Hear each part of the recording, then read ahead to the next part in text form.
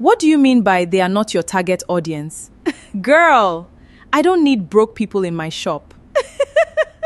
Meet Zara. Zara owned one of the most beautiful hair stores in Lagos. She loved luxury, designer clothes, and showing off her success online.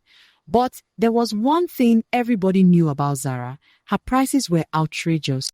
A customer entered Zara's shop looking for a wig. She was shocked when Zara charged 5,000 naira for hair worth about 1,000 naira. When she complained, Zara replied, "You're not my target audience." The customer walked away.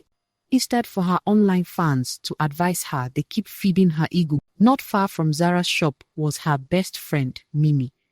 Unlike Zara, Mimi sold her products at normal prices. Customers rushed to her store every day. Business was booming. Or at least that's what everyone thought. Behind closed doors, Mimi had a dangerous secret. Many of the products she sold were not as good as she claimed. Sometimes customers received poor quality hair. Sometimes they received something completely different. And whenever people complained, Mimi simply ignored them. One evening, Zara and Mimi met for dinner. They laughed. They talked about money. And they bragged about how successful their businesses were becoming.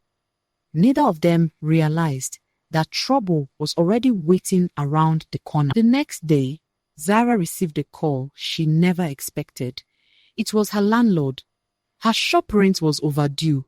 Months had passed without payment. For the first time, Zara felt fear because despite all her expensive prices, customers were no longer buying.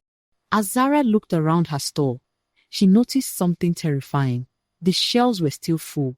The same hair she had been trying to sell for months remained untouched. Not a single customer had bought anything that week.